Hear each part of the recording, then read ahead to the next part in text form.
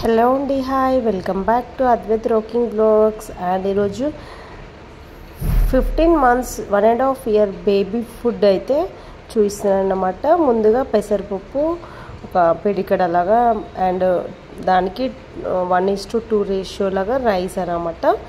తర్వాత నానబెట్టుకున్న తర్వాత పాలకూర, ఇంకా పొటాటో అండ్ క్యారెట్ అయితే 3 అయితే మంచిగా వాష్ చేసి కడిగి చాప్ చేసి పెట్టుకున్నానండి. తర్వాత ఒక 1 స్పూన్ గీ తీసుకుని మనం వీటిని బాగా రోస్ట్ చేసుకోవాలండి. కొంచెం ఉప్పు అండ్ తర్వాత కొంచెం ధనియాల పొడి, జీలకర్ర పొడి, మెంతుల పొడి లైట్గా, అంటే ఒక పించ్ వేసాను, ఎక్కువ కూడా వేయలేదనమాట.